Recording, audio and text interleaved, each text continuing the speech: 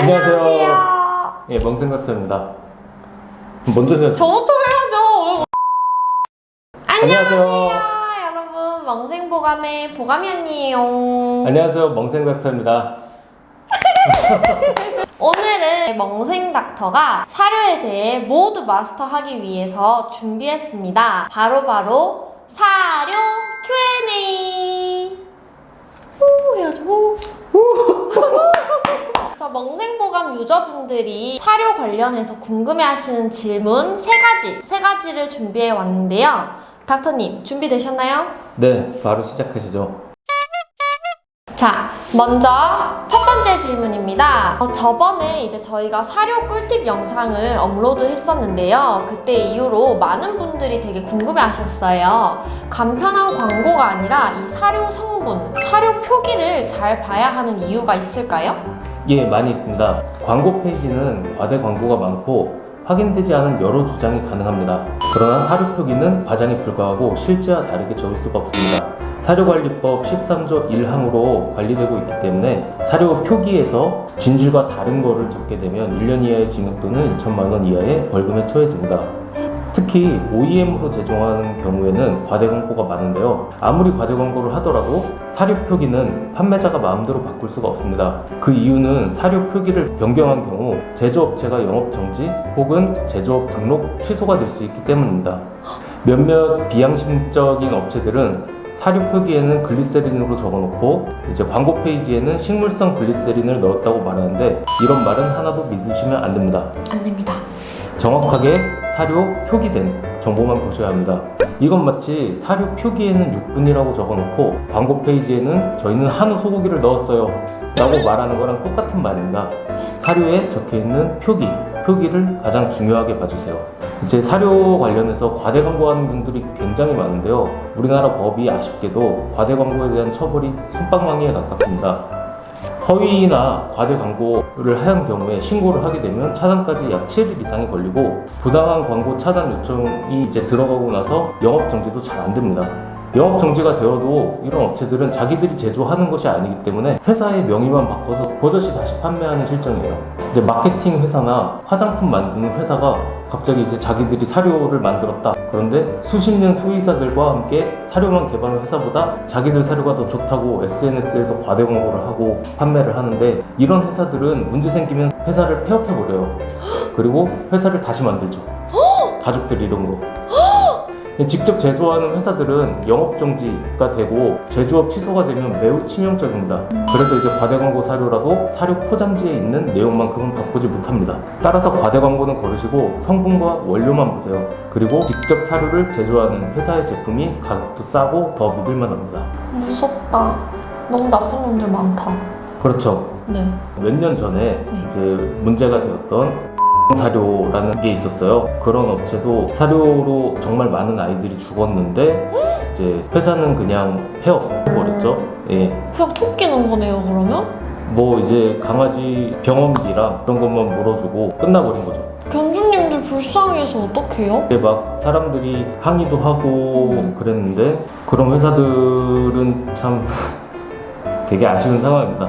그래서 SNS에서 과대 광고하는 사료들은 좀 거르고 진짜 오랫동안 사료를 제조하고 그쪽에 많은 노하우가 있는 업체들의 사료를 구매해서 급여를 하시는 게 가장 안전하고 좋습니다. 그러면 이제 다음 두 번째 질문으로 가보도록 하겠습니다. 이제 유명 강아지 카페를 보면 고단백질 사료라서 이 사료는 비추천해요 이런 말씀을 많이 하시더라고요. 정말 이 사료의 단백질 함량이 아이의 몸에 해를 끼치거나 그렇게 영향을 주나요? 사료의 함량 표기되는 거는 필수적으로 단백질, 지방, 섬유질, 회분, 수분 정보가 들어갑니다. 이제 탄수화물 정보는 표기가 되지 않는데요. 단백질 함량이 높다는 것은 그만큼 탄수화물이 적게 들어간 것을 의미한다고 보시면 됩니다. 이제 단백질의 함량이 줄어들수록 사료의 원가, 단가는 낮아집니다.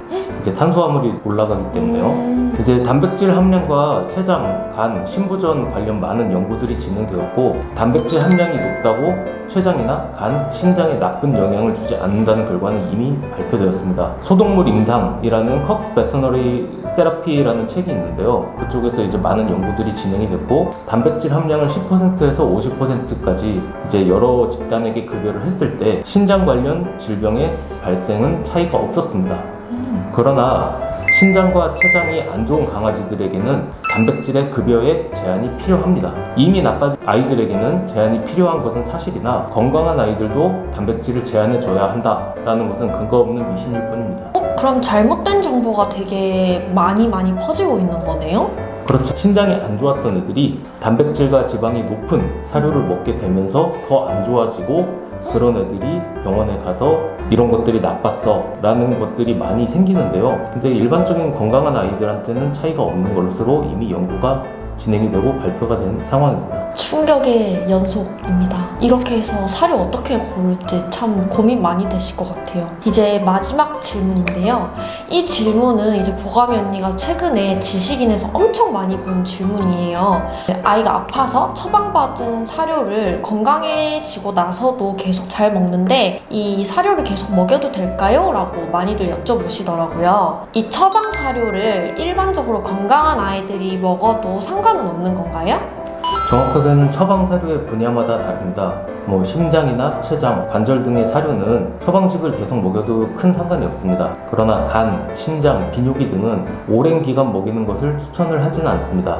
물론 간, 신장, 비뇨기가 나쁜 아이들은 이제 어느 정도 수치가 좋아지더라도 계속 먹여야 합니다. 그러나 건강한 아이들 같은 경우는 간, 신장, 비뇨기 등은 계속 먹이는 것을 추천하지 않습니다. 일반식과 처방식의 가장 큰 차이는 일부 성분을 제한하여 특정 기관이 더 이상 제 역할을 하지 못해도 문제가 없도록 하는 것인데요. 이는 영양학적으로 결핍이 발생할 수 있습니다. 예를 들어 신장 처방 사료의 경우에는 칼슘과 인, 단백질이 제한된 사료를 의미하는데요. 이는 건강한 아이의 경우에는 단백질과 칼슘의 부족이 발생할 수도 있습니다. 역시 그래도 건강한 아이들은 일반 사료를 먹는 게 편안하겠네요. 예, 맞습니다. 사료는 알면 알수록 더 어려운 것 같아요, 정말로. 사람도 똑같죠. 이제 췌장이 안 좋거나 췌장염 같은 것을 걸렸을 때 미음을 먹으라고 하잖아요. 네. 미음이 췌장의 부담을 적게 주니까요. 근데 건강할 때도 계속 미음을 먹게 되면 이제 영양학적으로 부족한 부분들이 많이 생기겠죠. 네, 변비 네. 걸릴 것 같아요. 그렇게 생각해 주시면 됩니다. 감사합니다. 자, 닥터님. 오늘 저희가 크게 3가지의 질문에 대해서 닥터님께서 답변을 해주셨는데요. 이것만큼은 꼭 기억해야 된다. 절대 잊으면 안 된다. 하는 거 뭐가 있어요? 과대 광고 믿지 마시고요. 그리고 단백질 함량 높아도 상관이 없습니다. 예, 이미 연구 결과가 다 나와 있는 것이고요. 단백질 함량이 낮아지면 낮아질수록 사료의 단가도 낮아진다. 그리고 처방식 같은 경우는 건강한 아이들 같은 경우는 일반식을 주시는 것을 추천드립니다. 관절 처방식 같은 경우 정말 예외적으로도 언제든지 계속 먹이셔도 상관없습니다. 자, 그러면 오늘은 사료 Q&A 모음집을 저희 닥터님께서 한번 설명을 해주셨는데요. 마지막으로 한마디 해주시겠어요? 투명하고 이제 공정한 정보를 보호자님들한테 드리기 위해서 많은 노력을 하고 있습니다. 좀 더 많은 사료들이 더 건강해지고 아이들이 오래오래 건강하게 살 수 있게 노력하겠습니다. 감사합니다.